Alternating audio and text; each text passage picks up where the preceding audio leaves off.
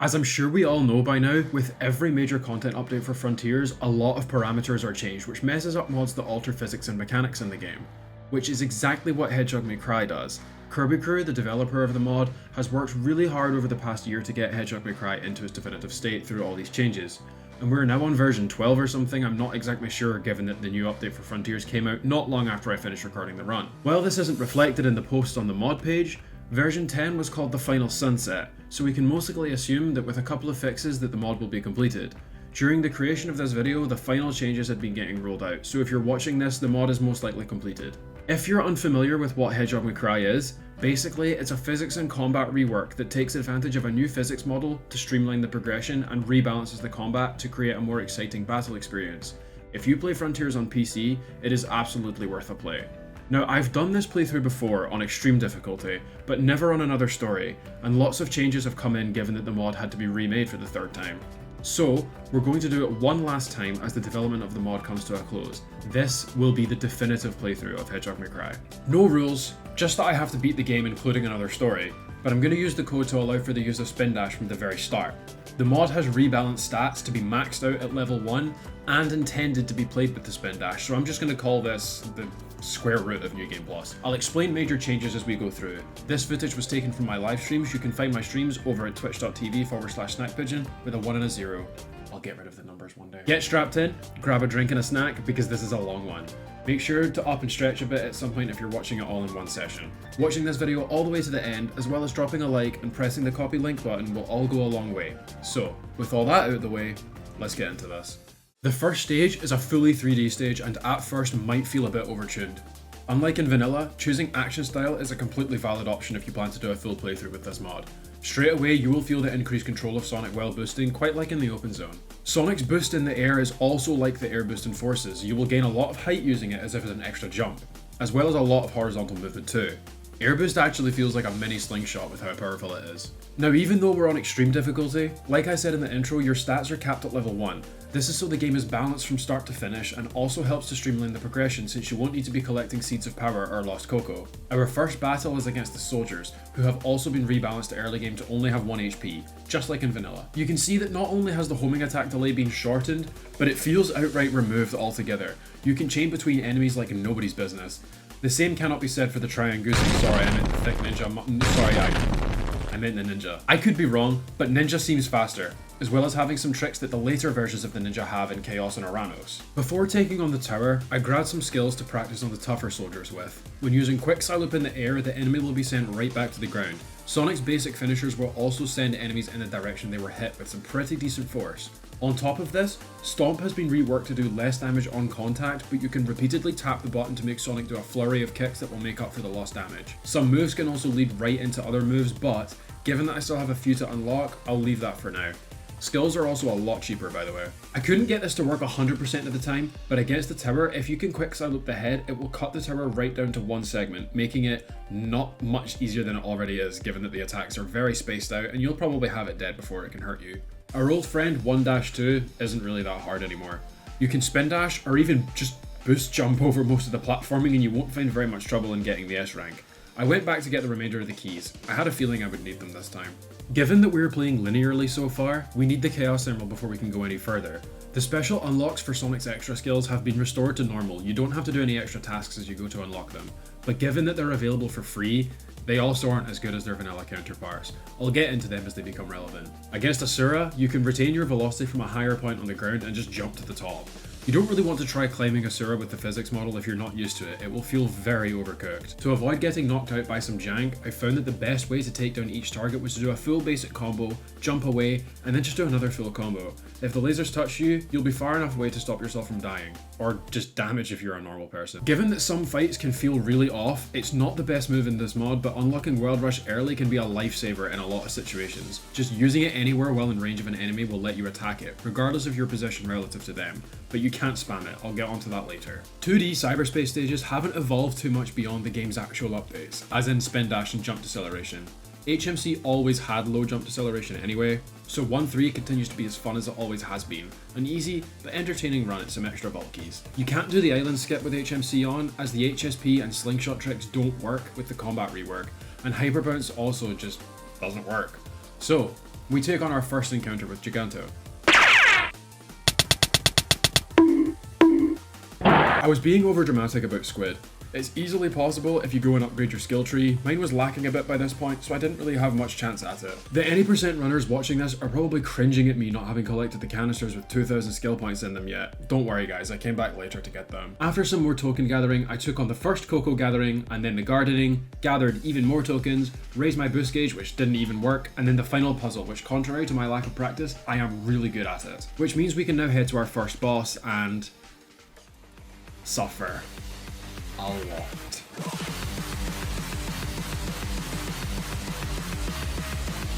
Given that I've done this before, I really did not expect there to be so much trouble. I knew that the scream attack doesn't kill, but it's also not too hard to parry either, and gives you enough time to quick silent. If you try manual silent, you'll be attacked before you can do much. The over the shoulder attack hits earlier than you might think, but at this stage in the game you have a very generous parry window, so countering this shouldn't really be a problem. The clap attack will no longer push you out of bounds because it's been recoded for Giganto to not spam it anymore, but this also hits earlier than you think, so just be ready for it.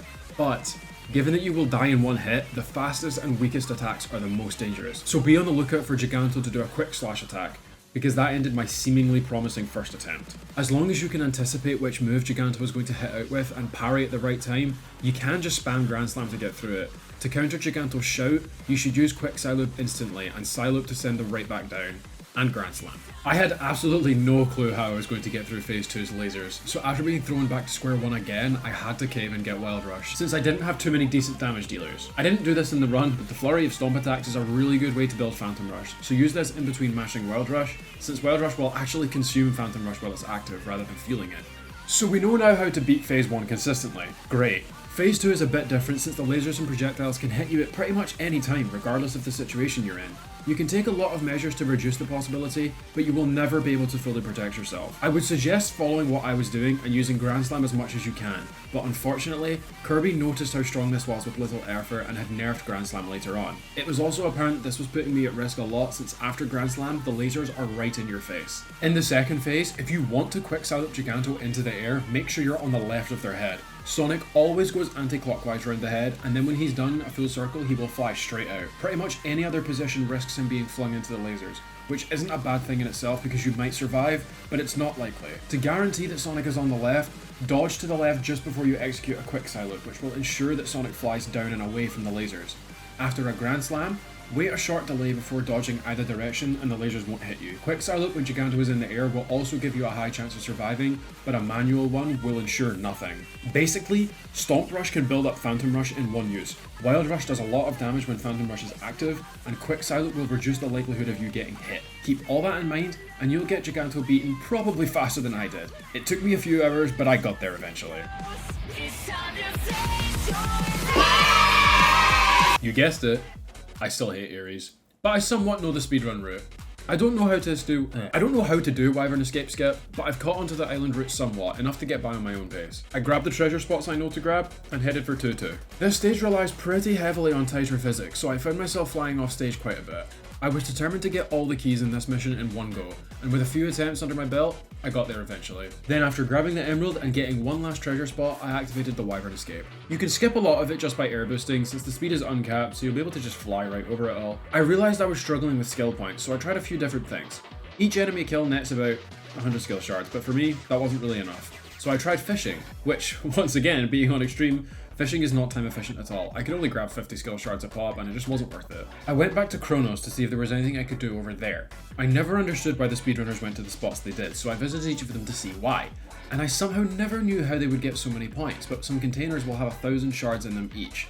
I grabbed a few of these so I could unlock Loop Kick to use against Wyvern. It's good for Phantom Rush charge, and can lead right into Wild Rush, which leads right into Stomp, etc, etc. And now we can just jump over the walls and activate Wyvern nice and early. There's a few fun skips you can do to approach Wyvern, like on the tower. You can boost up and skip a tiny bit of the tower, but if you boost jump a lot during the chase phase, you'll encounter a bit of jank.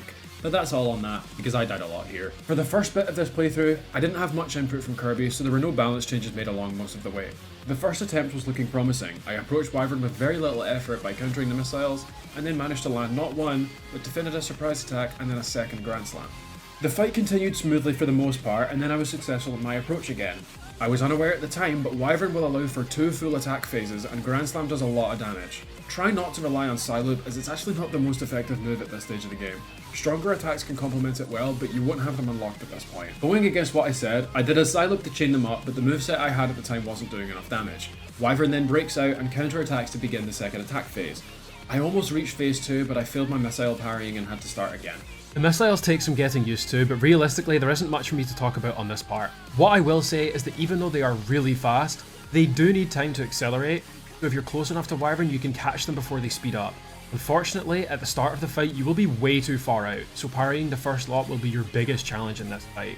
You can see I struggled with this quite a bit, and chat were happy to let me suffer through this for an hour and a half before I gave up for the night, alongside a lot of jank, lag, interesting respawn points, and a bit of story time on how I was this close to being expelled from high school. We thought it would be funny to create a massive dick. Okay, enough of the missiles. But do you actually damage Wyvern if you reach them?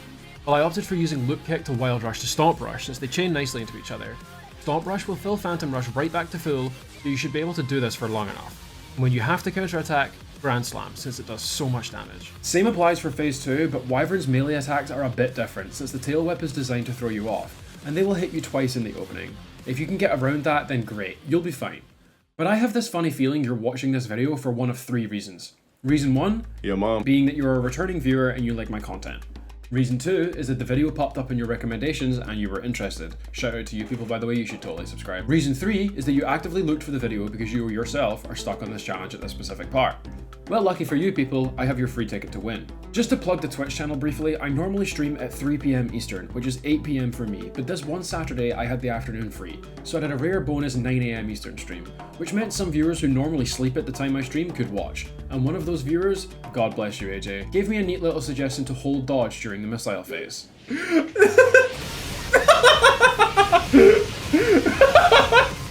There's no way! So that led to what felt like a very undeserved win against Wyvern. There's no final phase, so as soon as you succeeded in the first quick time event, it activates the end of the fight. Just a reminder, I've beaten this fight before without the cheat, just before you flood the comments telling me I'm bad or whatever it is that salty people do. I've never really experienced it on here before. You could be the first! As I'm sure most of you have figured out by now, given that most of you are the same, Chaos Island is, well, not my favourite island. I prefer it over Ares, but that doesn't mean it's not just as tedious. You don't need many tokens to beat it, just 140. First challenge was the Shinobi, which wasn't too hard. Their attacks are spaced out enough for you to simply wait for the chance to parry. Whenever they use the clone attack, bounce up and hold yourself there until the real Shinobi attacks, which you can easily parry. A couple of attempts later and the portal gear was mine, so we made our way over to 3-1. Still managing to hold up is one of my favourites in the cyberspace lineup, and I find it just as fun in both Vanilla and Hedgehog May Cry. Completely missing the 20 rings, I later wondered why I was short on keys, so I flew back over to get the missing rings. There isn't any major skips in Chaos Island, so I gotta grab another gear from the local excavation site, which is a nice and easy fight. And then I went to 3-4. I won't lie, as the resident hater of this stage, I was able to find some fun in it. I was determined that I could get it all in one shot, so any mistake, I was just restarting. I didn't really need to take this approach, I'm just a bit stubborn. Moving on to Shield Escape, we've returned to the original version of the mod and can't bypass Shield Escape. I've tried a few times, but there was no possible method to beat it. I wasn't going to turn off the mods just to pass this, so I did have to consider the Shield Escape skip. I'm not big on using major skips because I find that major skips are pretty inaccessible and aren't easy to follow. I figured Shield Escape would be much easier given that the physics are a bit more wild, and I have spin dash available, so I looked up a video on how to properly do it.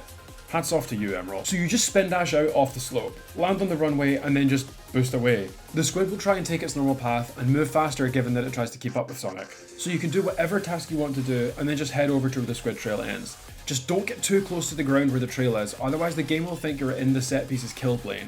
This isn't a speedrun, so there's no need to try and do a cutscene skip or anything. Space shooting! Whee! Even though I could have avoided it, I decided to go through the tunnel anyway and almost soft-locked myself. Took me a few minutes of messing around to get it, but I managed. Scared myself a bit though. And after the tunnel, there were only 4 tokens left to gather. In a previous rendition of this mod, boxes was impossible to beat because of the damage reduction in the base homing attack. I also learned on accident that you can side up the boxes. Don't think this brings any actual benefits to it, but the set piece is easier here than in vanilla. Sonic, what are you doing with that emerald? Next up is 3-3. A good recreation of my favourite generation stage, which I kept being silly on and missing this jump. It's actually a really enjoyable stage in this mod. You can switch paths pretty easily, you'll never be locked into just one. For once, I don't actually hate Chaos Island. I took a peek to see how many keys I needed for the White Emerald. There's a silly route you have to take that would be pretty hard without spin dash, but it's possible for sure. The bridge minigame is also a bit easier to beat in this mod. Without a homing attack delay, you won't be sent back up when attacking the enemies and will be a lot faster if you can make good use of them. Other than that, not much to say, just don't get hit. I wanted to get to 3-7, but there was a fortress in the way. It's not hard, just annoying. It doesn't take much for the fortress to start heading back on its track. I think I had to fight it about 6 times before it was finally down. I needed a gear to get into the stage anyway, so I guess it worked out. I only needed one more key, so my only goal was just to beat the stage. It took me a few attempts. It's pretty hard to fuck with the physics in 2D cyberspace because the game has no way to naturally slow you down. So if you hit a wall while boosting, you still retain all the momentum if you just slip away from it. Makes some parts a bit weird, but it's functional somehow. And we finish it off with pinball! To approach the knight, stomp bounce high up in the air and hold yourself with parry until the knight slams, then just boost over. The actual fight is pretty tough though. You can go through the shield using cross slash to accelerate the time taken to activate the set piece, and then when you hit it, it will do a ton of damage.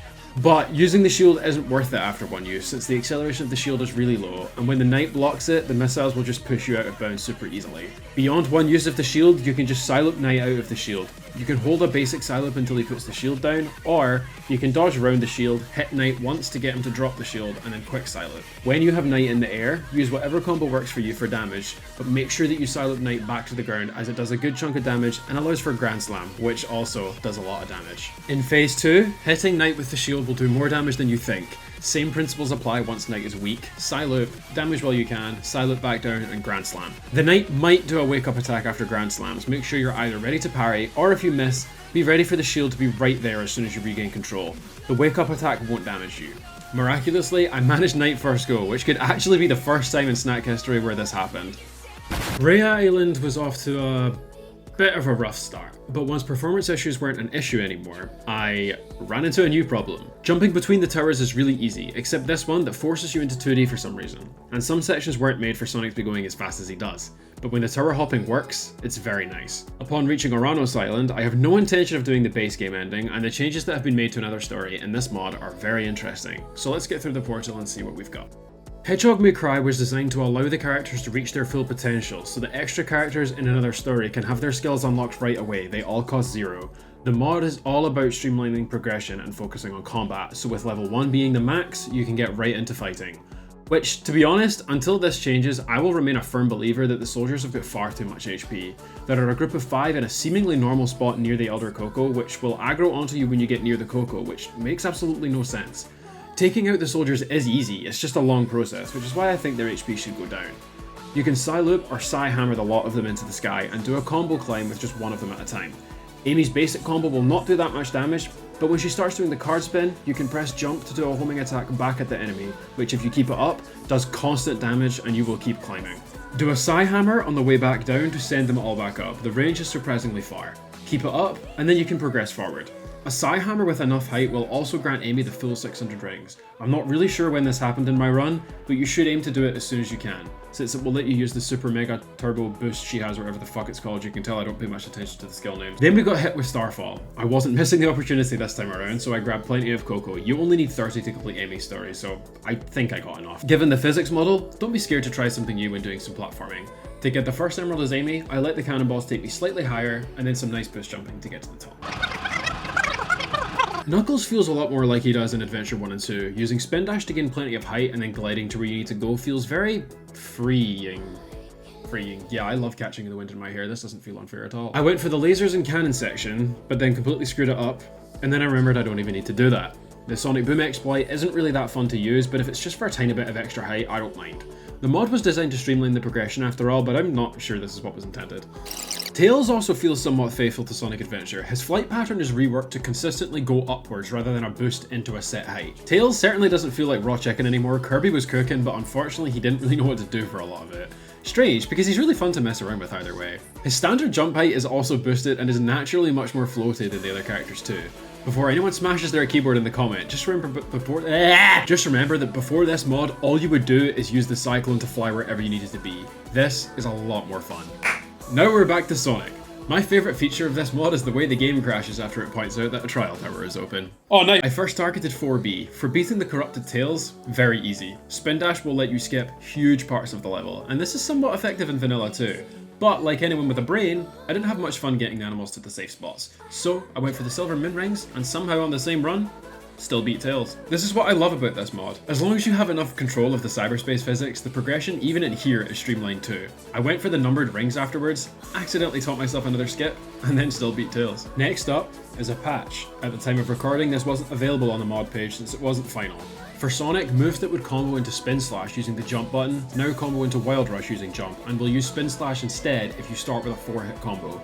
Grand Slam was nerfed in both normal and super forms, but this change didn't end up being final, I don't think.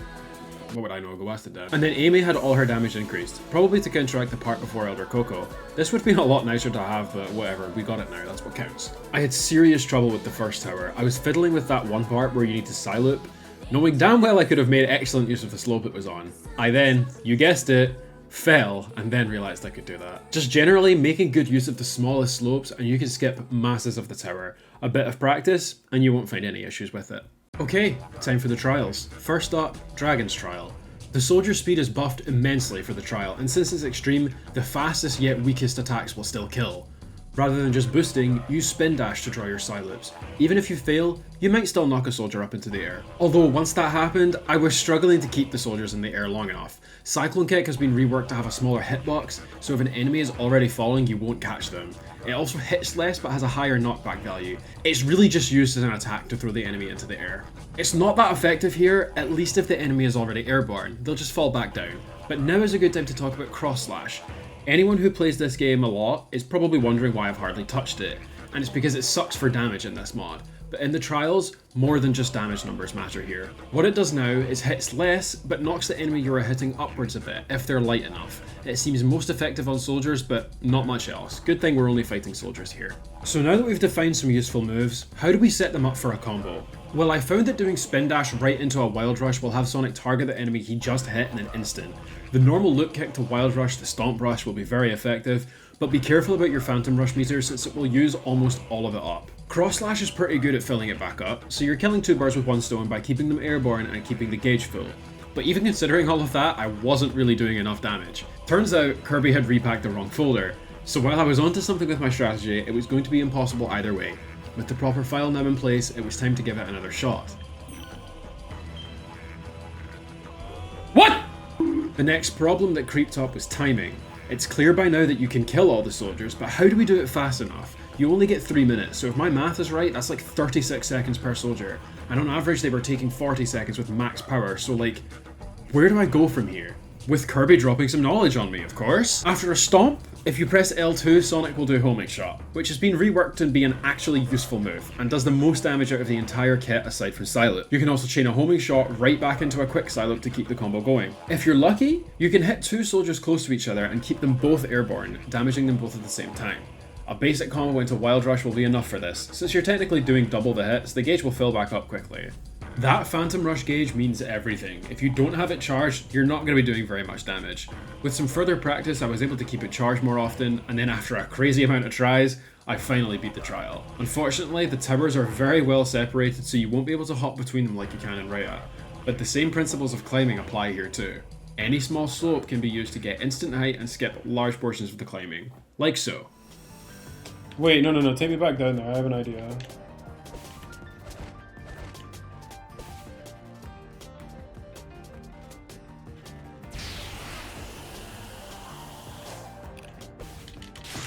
Just be careful of the bombs on this tower, you don't want to end up like me. Snake's trial, in my opinion, doesn't really prove anything, so thankfully Kirby is in agreement and decided he would drastically reduce the health of the shells.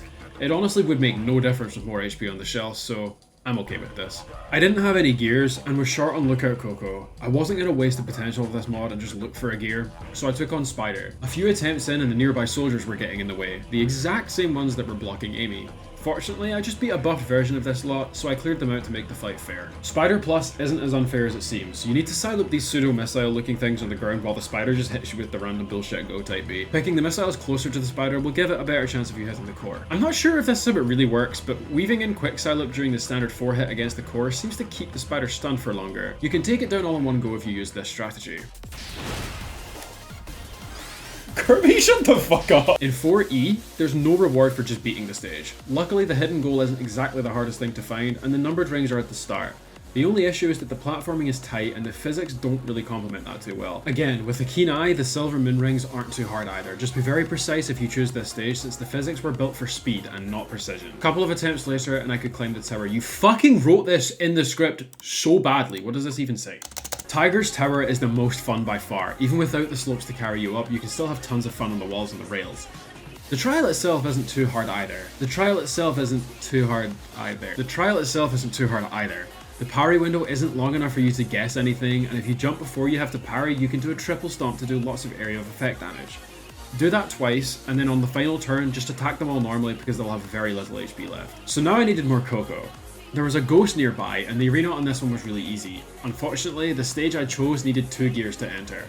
But there was a Caterpillar Plus below me, which didn't get off to a great start. There's no rail grinding segment anymore, but clearly they didn't know how to design a boss that's difficult in a fair way. I gave up, went looking for another Guardian, but then found another 2 gears unintentionally, so that was me sorted. 4F was more difficult though. Beating the Corruptails is the easiest part of it. With the big slopes you can skip masses of the stage. But I had a new issue. I hadn't a Scooby where anything was. I have a number of concerns right now. I don't know where anything is. That concludes my number of concerns. The same day I did manage to find the numbered rings, which weren't exactly in difficult spots, but I couldn't find the silver moon rings at all. So a few days later, I forgot to start recording right away, but noticed that they were in such an obvious spot. You can tell I didn't play the new Cyberspace much at all in vanilla. And at first, Crane's trial didn't seem possible. Instead of 1 ninja with boosted speed, you have 2 Kunoichi with boosted speed. And you would just get slammed again and again and again if you let your guard down for even a split second. I couldn't figure out a way to even stun them. Took some tuning and a lot of deaths, but the first consistent strategy I got was using a side loop to stun the both of them, but delaying it a little bit until after they finish attacking. They attack super fast, you won't be waiting very long, don't worry. Cross Slash isn't as effective in keeping them airborne, so don't bother using it at all really. Grand Slam will hit both of them at once if they are close enough. The area of effect is surprisingly high, but if they... This is the second time you've forgotten to finish the script. You get 10 minutes for this fight, so time was never going to be an issue. Keeping them still long enough is the hard part. You need to keep using moves that will have Sonic jolting around a lot, or pausing the time around him. Funnily enough, Loop Kick, Wild Rush, Stomp, and Homing Shot are all great for this. This way, the ninjas don't really have a chance to hit you. Given that you can quick side loop out of a Homing Shot, this is another good move that keeps you moving, and also moves you out of the way of any danger. Note that if the Kunoichi is already laid on the ground, quick side loop isn't going to pull them back up again. Be careful of this as it can waste precious uses of your side loop. They can also just hit you instantly. I say waste, given that side loop does the most damage, it's not really a waste, but if you want to keep up a combo, then yes it is. You can refill your side loop meter in one go with a Grand Slam, but bear in mind how risky this can be to try and do. It's also worth pointing out that quick side loop, weirdly enough, can combo into itself, so you can just spam it until it sends them back up. You can use Stomp or Wild Rush to get right back up to where the ninja was sent. Just be wary of the clone attack from the other one, because that can hit you no matter where you are. Manual side loops will fill up Phantom Rush in one go, but quick side loops won't, so keep that in mind when you combo back up. And that's basically all I can say on the matter. So far, I was getting closer and closer and closer to winning, but it felt like there was one thing I was missing.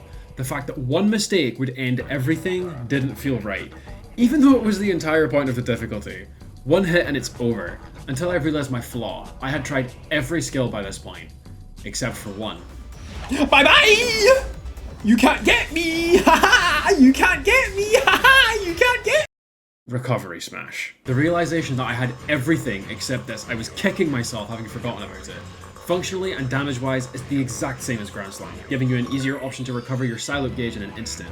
It can also separate the ninjas really well, but be careful because it can also be cancelled, just like the Grand Slam can. So make sure you're watching out for that. Being caught off guard will simply kill you. Couple of extra tips, don't be afraid to boost away if you're confused, and as I mentioned already, you can use quick side loop repeatedly, so if the ninja doesn't get sent upwards, just use it again.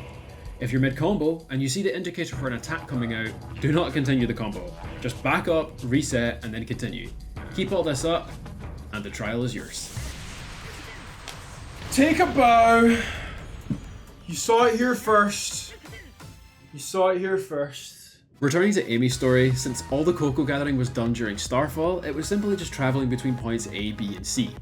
With her power boost, drifting with it gives an insane burst of speed which can actually skip over huge gaps in the island. I'm getting close to the end by this point, so I wasn't going to sit and pretend I knew how to complete the climbing. I just did it in the dumbest possible ways. With Knuckles, I like to get as high as I can, and if I need an extra height, I'll use the Sonic Boom exploit. Knuckles' second segment was really nothing special at all, but I tried to make it as entertaining as it possibly could be. Exclusive to using the exploit would just be incredibly boring. What? No, I'm not going to mention that's how I beat my first run, that would be stupid. Tails is incredibly floaty. A spin dash off a steep slope will take you pretty much as high as you need to go. I mean, I had this part down in actual seconds, it is really not hard at all. Those cannon segments, skips, just return to the main temple, spin dash off the prismatic tower thingy, and you're at the objective. I was a couple of gears short to climb the King's Tower, so I opted for some cyberspace. I chose 4I. The gimmick in this stage is that the gravity is significantly lighter than usual. Plenty of slopes around to abuse what is basically flight. There's no reward for simply beating the stage, but the hidden exit is not hard to find at all. Just branch out a bit further and you're there. I grabbed one last look at Koco afterwards, and that was enough. I got a jump start on the last tower with a really tiny slope, and then I had fun trying different ways to skip the tower. You can use parry, stomp, and spin dash to skip major parts of the tower. Miraculously, I didn't fall once and got up the tower in no time at all. Now I know everyone is thinking about how difficult the King's Trial is going to be, and yes, you are right, it is really difficult. But honestly, not for the reasons you think. Just to give you a perspective of how difficult this is already, you get 450 rings instead of 400, but in extreme difficulty the bosses in the trial have got 325,000 HP. And in vanilla it's 75,000. The first issue I had was simply a bug that I'm not sure what was the cause, but it would lower Sonic while Giganto charges an attack, and you couldn't parry it at all. I went through a few attempts of that before I started to get the hang of things. I found that the most effective damage dealer was using Psyloop instantly and using Stomp into homing shot repeatedly.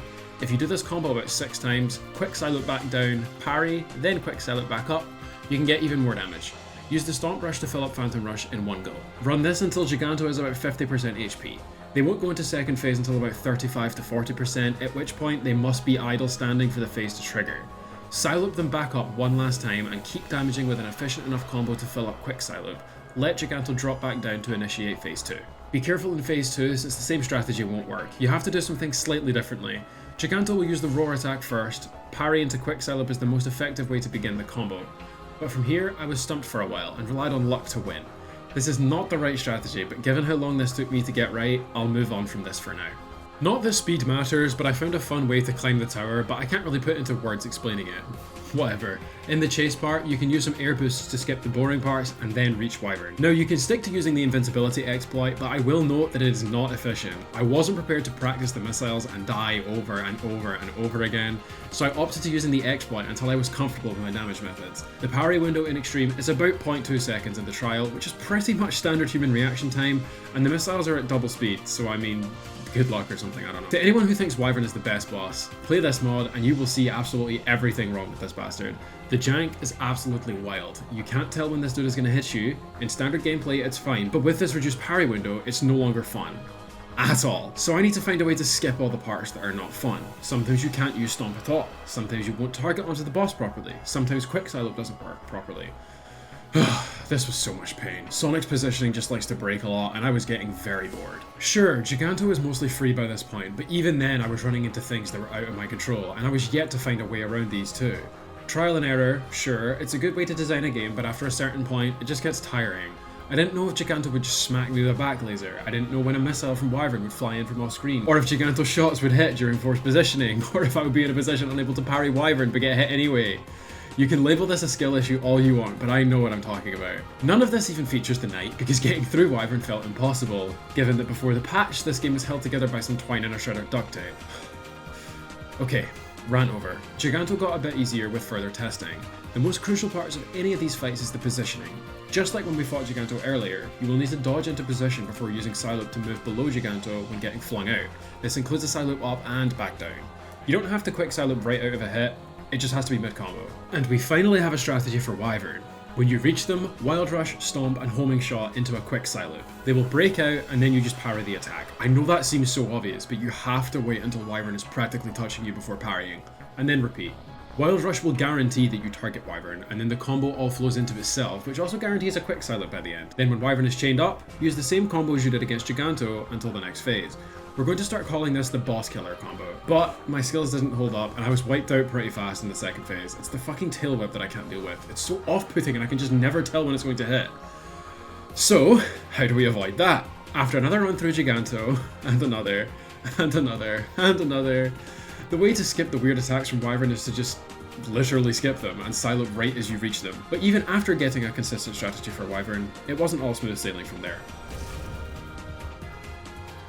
What was that we were saying about being back? I don't think we are. So I gave the trial a rest and came back in later. Giganto has not changed, we've learned nothing new, but we can still get the fight down pretty consistently.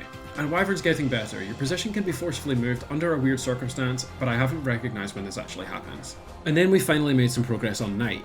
In the current patch, the game will now prompt that you can dodge around the shield and attack that way, and it's very effective. But long term, I still wasn't used to timing the parries and got iced not too long into the fight. For the most part, Wyvern and Giganto had been properly rooted. I guess you can call it that. As long as I didn't run into any jank, they were both fine, but we still had to figure out all the parry timing for the Knight. The issue is, running into jank is pretty common, so there wasn't really that much time to practice it, and by the time I got around to Knight, I had for the most part forgotten what I learned from the previous run. This took days. I'm surprised I didn't give up, if I'm honest. I just kept thinking, how wouldn't this be possible? There was definitely some balancing that still could have been done, but I know the mod was in a fine state, so I just kept going. Things were looking hopeful until I was defeated by what we like to call the funny. You got to be kidding me! And this was my breaking point. If that was to happen every single time, how the hell was I going to predict that? How was I going to parry quick enough? Well, did I really have to? I didn't quite know this yet, as I went through this for another few days dying, constantly learning almost nothing on the way, running into a lot of technical issues. I really hope they've been patched out. I haven't played the new update as of writing this. But that's besides the point. Regardless of technical issues, most of what was killing me by this point was out of my control, throwing skill right out the window. Days on end of this was not looking good, and I was seriously close to giving up. That's it, I've had enough. I've had enough. But then, a balance patch came out that changed everything. The first thing was that the boss's HP values were dropped to 255,000, or somewhere around that, I don't remember the exact value. Supersonic speed in Giganto and Knight's fights was dropped by about 50% as well, and the parry window was increased up to 0.375 seconds. It still doesn't seem like much, but when you consider that this is an 87.5% increase from the previous one, then yeah, it's pretty fair. The Hedgehog May Cry patch was aimed at making the fights fairer rather than easier. Is Giganto easier? Well, no, actually they were a lot harder. If you missed that side loop at the start, you were basically screwed, but if you could get it down consistently, the fight was largely the same as before. In phase 1, land the side loop, boss killer combo 6 times, side loop down, parry, side loop back up, more boss killer combo, down and up again, and then refill quick side loop. In phase 2, parry the roar, parry the next attack, carefully side loop up, boss killer, carefully down and back up, and then boss killer again. That's it. That's all you need to do. In Wyvern's fight, I activated the code to use spin dash during auto run so I could get through the platforming a lot faster. And during the actual fight, Wyvern and Sonic speeds are doubled and the missiles halved. That sounds ridiculous, but the aim is to make the missiles harder to predict. It works better than you would think. Wyvern is also now coded to not return to the missile phase apart from the beginning of phase 2, since this just delays the fight. Using the invincibility exploit is still somewhat ineffective, since the increased speed makes it harder to actually connect to Wyvern. What you do instead is hold your positioning until a missile is about to hit you, and then press and hold whatever bumper you're not holding to switch to parry. It only takes one hit to stun Wyvern, so don't worry about the missiles at all after you succeed in this. Damage strategy is the exact same, just use boss killer to initiate quick side loop and for damage. Against Knight, dive round the shield and quick side loop up, using boss killer to damage, quite a similar strategy as Giganto. Pass through into phase 2 using a Grand Slam. The shield bounce phase is pretty easy, Knight doesn't move nearly as fast as in the previous version of the mod, but is still fast enough to make it difficult. His melee attacks in this phase are pretty confusing, so if you've run out of quick side loop by this point, you're likely already dead. This was the final problem. If I was able to use quick side loop in that phase, it would be an infinite combo into the end of the fight, so I had to figure out how to get to that point. And weirdly enough, the issue would trace all the way as far back as Giganto. Now I know it makes no sense whatsoever, but hear me out. In Wyvern's fight, you would use exactly 4 side loops, and charging it isn't hard in this fight, so if you go in without a full gauge it's fine. But since it's 4 uses, you will leave the Wyvern fight with exactly the same amount as you went in with, but with how Knight works, I'm not sure on the specifics, but it seems that if you go in with 2 uses or less, your pattern would mess up and, well, you're fucked for phase 2 basically, regardless of how well phase 1 went. And crazy enough, the pattern would mess up with a full gauge as well. If you don't have any quick silent for the second phase, it's over. After all that rooting with Giganto, how do we even change that? How do we leave Giganto with exactly 3 uses left on quick silent? Well, Giganto, like the other bosses, had an HP nerf, so was there any possibility of using a more damage efficient combo? No. But if you can do it fast enough, you can tear down Giganto in 1 cycle during the second phase, which lets you leave the fight with exactly 3 uses on the quick silent. So, does my math hold up? Well, with 3 uses, there's no need to charge it in phase 1 of Wyvern, and a post-silent parry in phase 2 leaves Wyvern stunned for a long time.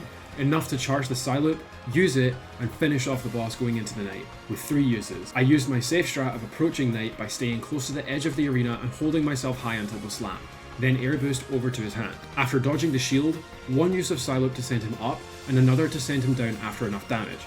After sending him back up once more, the gauge is empty, which is fine, because the damage we deal with Boss Killer is more than enough to fill it back up and let us slam him once more, using a Grand Slam to enter phase 2 and 3 uses on the gauge. Be careful of that shield bounce since anything can go wrong, but once you succeed, 3 Psylocke uses is perfect, letting you send him up, Boss Killer, down, parry, and Grand Slam right into the final sequence, which lets us win. After all this time, we finally got it.